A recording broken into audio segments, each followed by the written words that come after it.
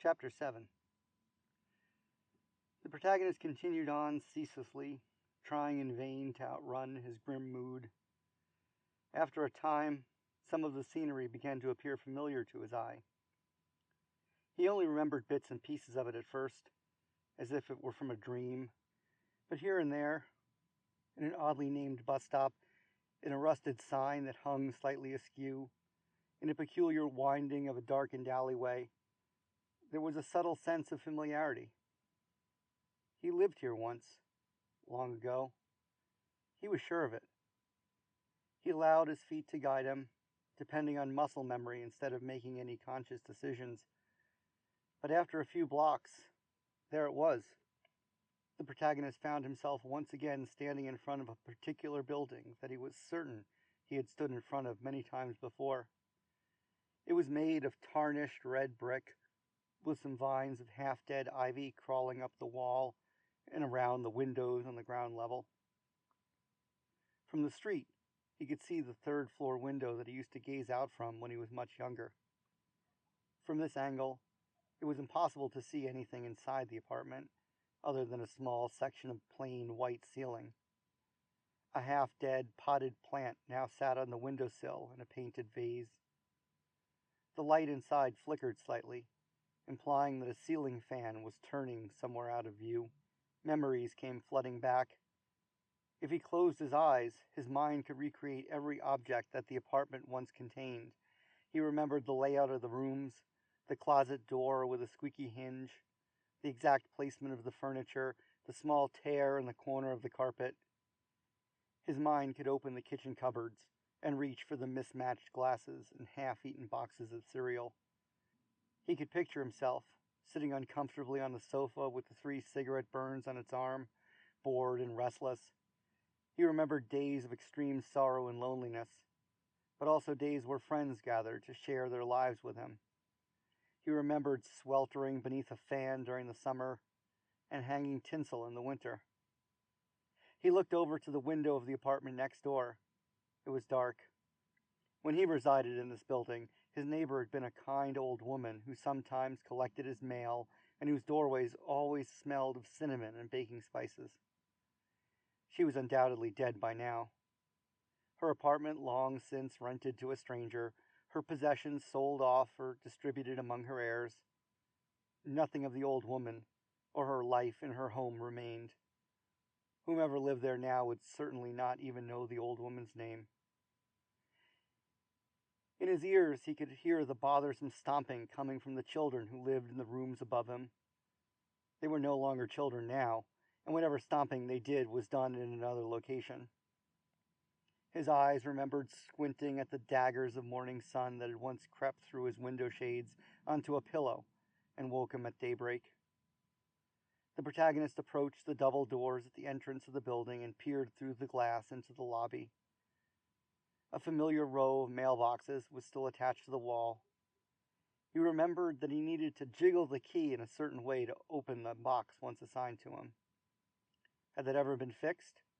Or did the new tenant jiggle their key in the same way? The lighting fixtures looked the same, but the walls had been painted. Where once they were a dull green, they were now a blandish golden yellow. He put his hand on the doorknob and felt its metallic coldness against his fingertips. He had felt an identical coldness many times before. It was exactly the same, yet wholly different. Different in a way that could never be fully explained. A memory that could never be fully reclaimed. The physical building was still here, but his memory of the building was just a ghost. The walls, the floors, the rows of mailboxes, they existed, you could touch them, you could walk through the halls and the rooms, but the specific configuration was no more. The old apartment, his former life there, was forevermore beyond his grasp. It was currently as unreachable to him as the top of a cliff would be to a jumper now inexorably falling down towards the rocks below. No matter how desperately he flailed his arms, no matter how far he walked through this immense city, he would never be able to return to the place that had once existed, what once was real and concrete and physical. He could only watch as it receded further and further into the distance of his memory. He snapped his fingers and walked away from the building's entrance. After a few steps, he stopped and looked back. The front door was still there. He could return to the place where he'd snapped his fingers, but he could never return to the time seconds ago when he snapped his fingers.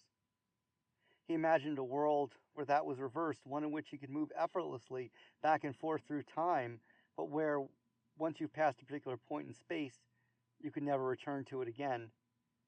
He walked on, imagining an immense black curtain following him, swallowing up every street lamp and building and garbage can as he passed, putting them forever beyond his reach. The factory, the church, the library, all forever hidden behind the black curtain. It was a comforting thought. As he reached the end of the block, he loitered for a moment to look up one last time at the window and its potted plant. Someone now stood in the window, staring it down on him and silently. The figure was all dressed in white, but their face could not be seen clearly from this distance. The figure in the window did not move. The protagonist waved nervously. The figure did not respond. Maybe it wasn't a person at all, but instead just an empty sheet or a trick of the shadows, he thought to himself. But a chill went up his spine, and he hurried onward. The interaction with the towering ghost of brick and timber helped the protagonist conclude that he no longer feared death. For if you're afraid of death, understand that the old you is already dead. Death is only terrifying because it represents the end of your life, but your life ends 1,000 times every day. Every moment spent having a picnic in the park on a wonderful date, or witnessing your child's first steps, or arriving in a new city with nothing more than a scuffed valise and the excitement and anxiety of a new job. The life that lived those things died the second the ephemeral experience was over. All that is left is a lingering and restless ghost, a hollow and unreliable memory of something forevermore unreachable. The protagonist that had lived in this building was now long dead.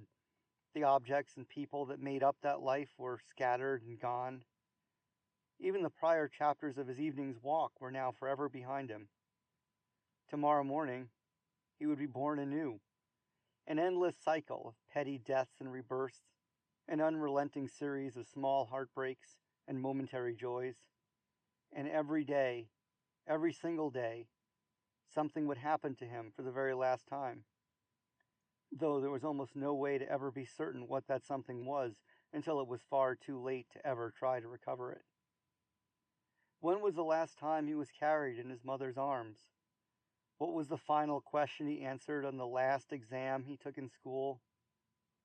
Would he ever again listen to the record album that had once so perfectly portrayed his teenage angst? Probably not. He crossed the street and forcefully imagined the immense black curtain irrevocably swallowing the building behind him, wishing the curtain would sweep his memories of the building into oblivion as well. He didn't want to ever think about it again. Later, as he traversed a dark alleyway that smelt vaguely of expired milk, he noticed that there was now a dim red glow illuminating part of the night sky. At first, the protagonist thought that maybe dawn was approaching, but as he turned the corner onto a brighter street, he could see that the glow was nothing more than the red neon lights of a restaurant reflecting off droplets of fog that hung in the air.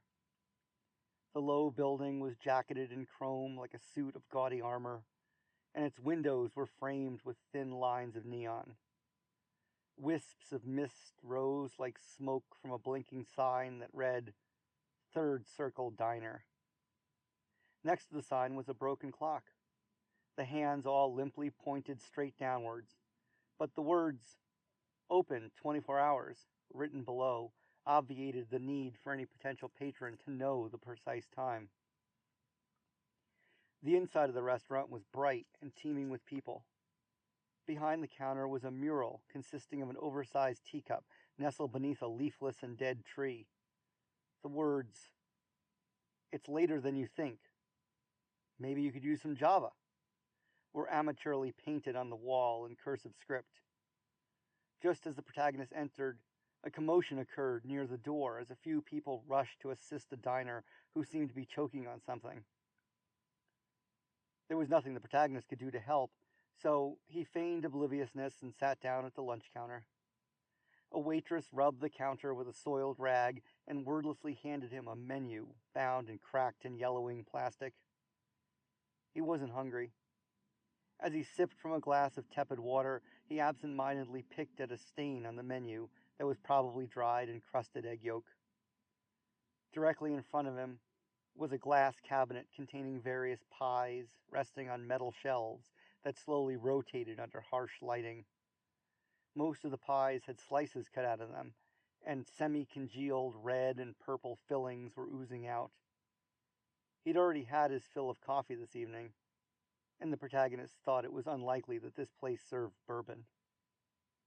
He looked to his left. A waitress was taking the order of a diner sitting a few stools away. "Can I get mustard on that? Not ketchup. Fucking hate ketchup," the diner scolded the waitress rudely. The waitress nodded and wrote a note down on her small pad and then ripped the page out and passed it along to the cook working the grill. The protagonist looked to his right. A different diner sat a few stools away, greedily coaxing the last drops of ketchup out of a bottle onto his already overflowing plate. The protagonist considered the bottle of ketchup sitting directly in front of him. Its label displayed the cartoonish face of a small child, bearing an impossibly huge grin. All ketchup bottles presumably contained the same combination of ingredients. The man on his left and the man on his right presumably had similarly constructed tongues. How could it be that one would experience pleasure and another disgust from the same flavor experienced with the same taste buds? Maybe enjoyment didn't have anything to do with the ingredients and tongues, but with something deeper and more subjective, some accidental quirk related to a good or bad experience from childhood, perhaps. The protagonist considered the tastes he personally preferred and those he avoided. If there was nothing inherent in those things that could be said to objectively be good or bad, could he just decide to like ketchup or not like ketchup? Consciously making the decision for himself instead of leaving it to random chance? This was true of more than just his tongue. All ears hear the same combination of musical notes, but some are moved to tears by a composition's beauty, while others fall asleep from boredom. People travel hundreds of miles to ride the same roller coaster that someone else is deathly afraid of. Somewhere nearby, a person was so lonely that they didn't want to live even one day more, while close by, another cherished their isolation and dreamed of just being left alone. Was it only random chance that the protagonist preferred the things he preferred? Could he simply decide to like or not like any specific thing? Instead of forlornly seeking out an unobtainable life that he was randomly wired to prefer by unknown and incomprehensible external forces, wouldn't it be easier for him to simply will himself into preferring the life he could most easily obtain?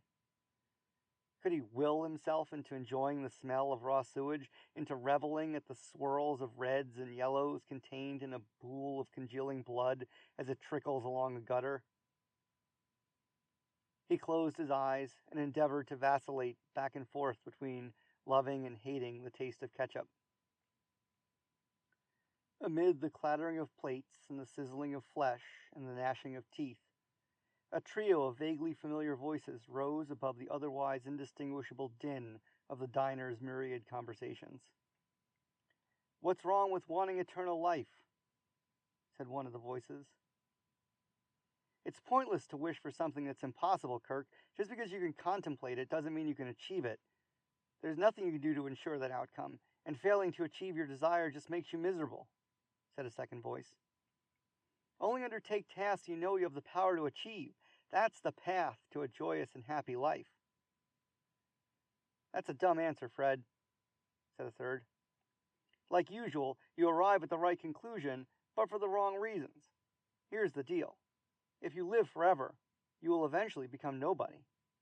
Every individual can be defined as a unique conglomeration of opinions and ideas, but those change over time. If today you like A, tomorrow you'll grow tired of A and like B instead. If you live forever, you'll eventually get around to liking every combination of everything.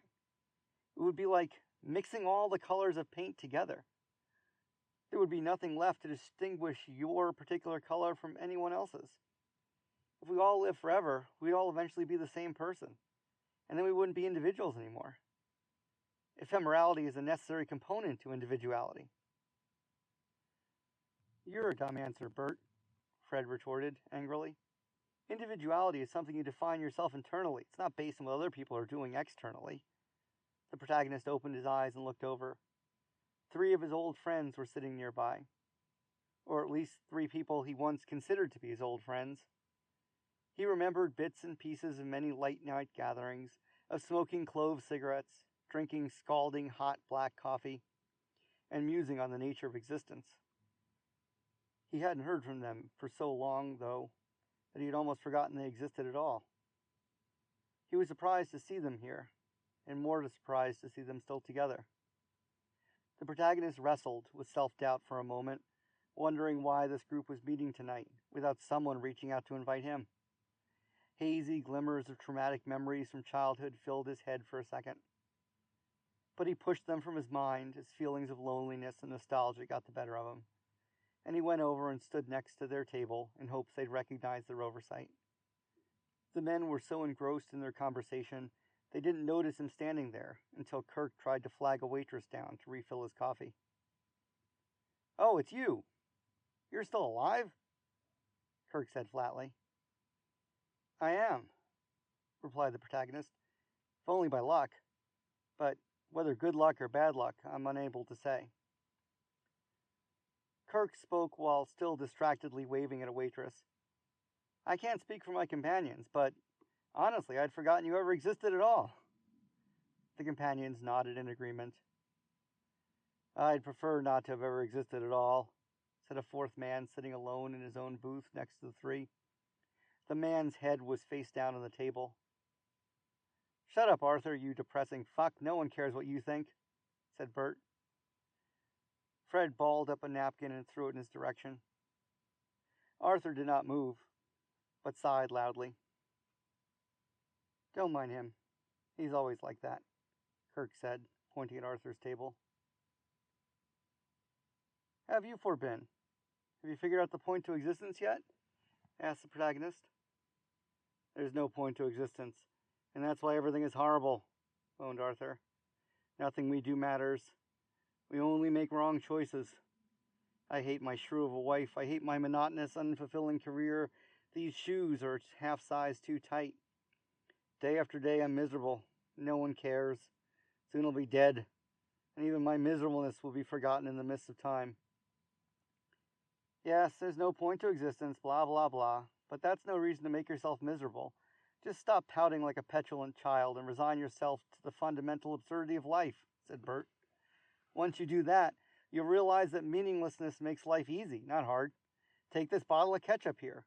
He grabbed the bottle of ketchup off Arthur's table. "You can like it or not like it. Doesn't matter. No one cares in the end. I don't care. The waitress doesn't care.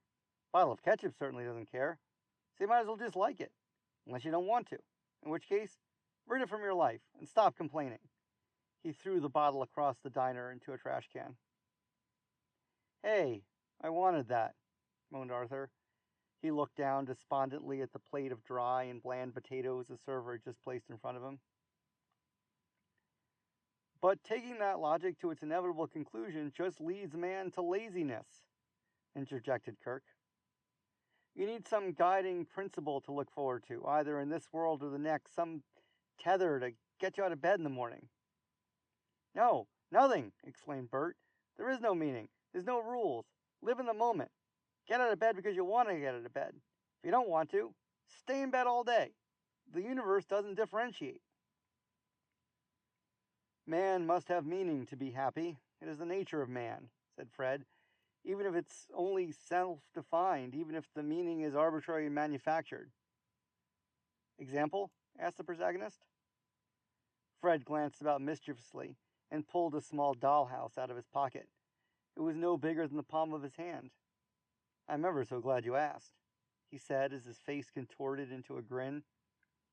"I decided that to truly and fully understand myself and my place in this world, I needed to truly and fully understand my surroundings. So I began crafting a model of my home. I went through every object that I own and studied it in depth to completely understand its essential nature. Then I recreated it in miniature. But as soon as I thought I was done, I realized that my actual house now included a scale model of my house.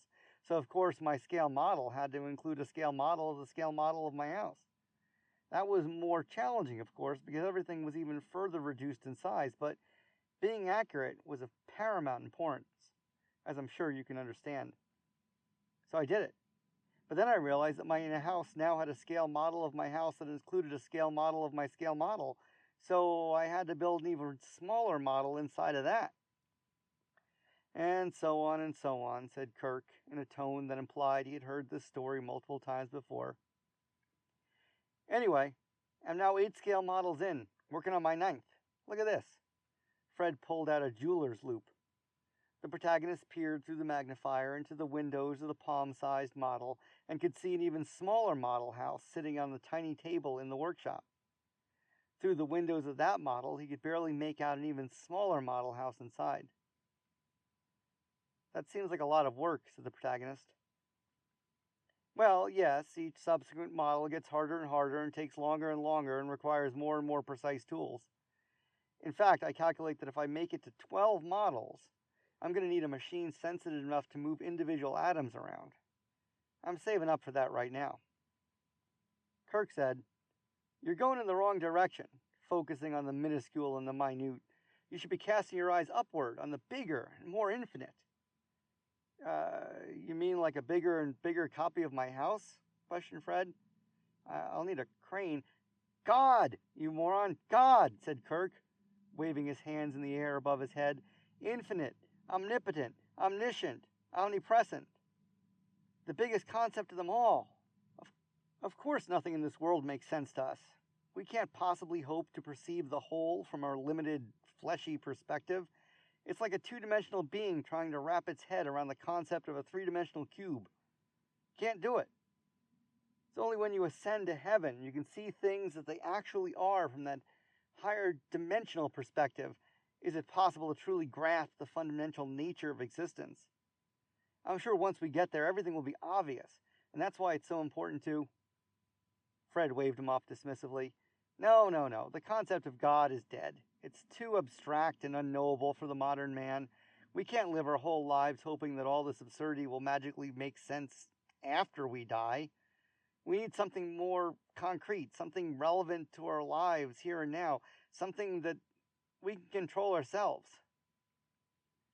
Bert leaned back in his chair and added, The concept of a divine being creating objective morality is just a crutch. We don't need it. Embrace your irrelevance. Arthur said, I prefer not to think about the divine. Come on, open your eyes and look around you. The car is on fire, and it's clear there's no driver at the wheel. The more I think of how random and arbitrary the universe is, the more depressed I get. And even if Kirk is right, it's clear God is either incompetent or he has abandoned us, either of which makes it worse. The protagonist remembered the dissertation the scientist from the park had left with him. He pulled it out of his coat pocket. By coincidence, I met a man today who said he had calculated a mathematical proof that God existed. He gave this to me. He handed it to Kirk, who pushed the paper aside. I don't need to read a proof to know what I believe is true. Faith is always a better guide than facts, he said. How the hell did you come up with that logic? Exclaimed Bert. Kirk responded, Faith is always consistent and steady. Facts are contradictory and transitory. The more facts you have, the harder it is to know the truth. That makes so little sense, I can't even coherently refute it, replied Fred. The man with a single clock knows what time it is. The man with 2 clocks can never be sure, said Kirk smugly. Fred waved him off and went back to studying his model. The protagonist then offered the paper to Arthur, who also declined to take it. I wouldn't be able to understand it. Anything rigorous enough to prove a concept that large would have to be so complex it would be nigh incomprehensible. It would just make me feel stupid. He looked despondently at his cup. And seeing incontrovertible proof God existed would just make the fact they let my coffee get cold even worse. The protagonist looked over at Fred, who had gone back to admiring his model through his loupe. He was concentrating so hard on his work that he was no longer paying attention to the conversation. Bert lit a cigarette and puffed smoke straight up in the air. "Don't look at me," he said dismissively. "I don't care if it's true or not. It won't make any difference in my life." Kirk became upset. "You have to have some objectively true milepost to define yourself around. You can't just live completely subjectively." "Of course I can," replied Bert. "Why worry about what's true and what isn't true? Why let yourself be defined by your past trauma like Arthur over there does? Make up fictional stories about yourself and convince your brain they happened. There's no objective truth. Define yourself however you like. It's impossible for anyone to return to something that happened in the past and verify the facts of what actually happened. It's forever out of reach. All we have are our memories of what we think happened. But those are malleable. So you can just have been anything you want to have been. You want to be a war hero? Tell yourself you're a war hero. You want to work in a factory? Tell yourself you once worked in a factory. I mean, this isn't grade school. There isn't a teacher to call you out for lying. We are here, existing in this singular moment.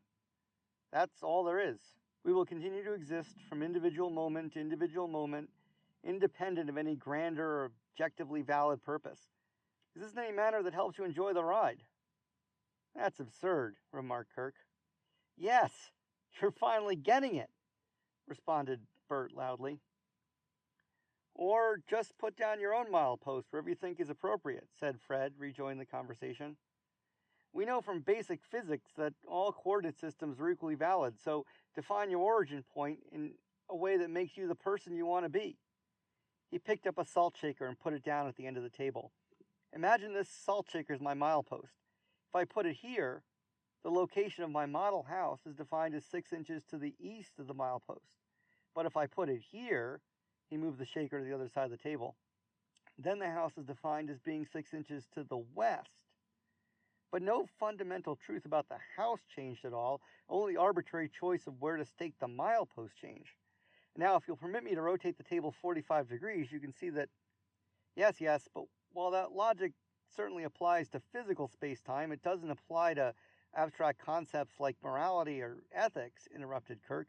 "You can't say, 'Ooh, look at me, I murdered 10 people, but if I set the baseline way down at the guy who murdered 6 million, I seem like a pretty ethical dude.'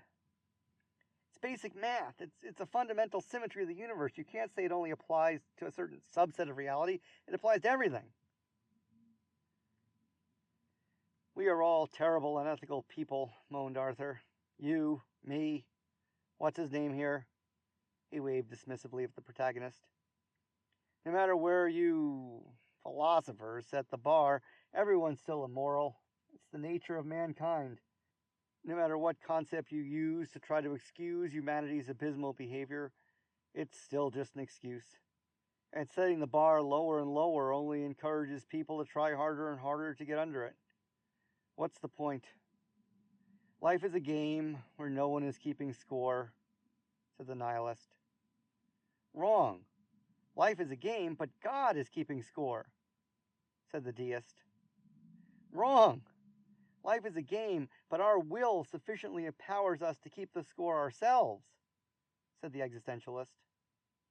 "Wrong. Life is a game without any objective meaning, so don't worry about the fact no one's keeping score and just have fun," said the absurdist. The men went around the table arguing for a long time, becoming more and more tedious as the hour grew later and later. The protagonist began to remember why he stopped spending time with them. He lost track of the conversation and found himself staring absent-mindedly out the diner's window. The flashing lights of an ambulance drove by. Beyond that, in the distance, his eye was caught by a faint blue glow coming off something in the bay. "Anybody know what that is over there?" he asked. "It's some barge that showed up this morning. No one knows where it came from. A large barge with a radio antenna on it, from what I hear. I saw it from my window this morning. It has a radio antenna on it, with a big blue light at the top. It's just been floating out there, blinking. It looks rusty and homemade, cobbled together by some amateurs. Drunken amateurs by the look of it. The tower isn't even straight. Probably won't last the night before it falls over. Can't imagine it's transmitting anything but gibberish. The protagonist thought back to his earlier conversation with the priest. It's pretty obvious that they're building something. Building what? The protagonist had asked. They're building a distress beacon. A hotline, I don't know, some kind of shortwave radio transmitter. But one directly connected to God, the priest had replied. They're trying to get his attention. Sending an SOS. Trying to get God to remember we're still here. The protagonist suddenly rose from his table. His friends had retreated to the safety of their unresolvable argument. Beside a pile of dirty plates, the scientist's dissertation still lay on the table, unread and now stained with a coffee ring and some ketchup. I gotta go, the protagonist said. His companions, so engrossed in their debate, failed to even acknowledge his departure. As he hurried his way through the diner, his exit was momentarily blocked by several paramedics wheeling a person under a sheet out of the front door. But once outside, he buttoned up his overcoat and began walking expeditiously in the direction of the harbor.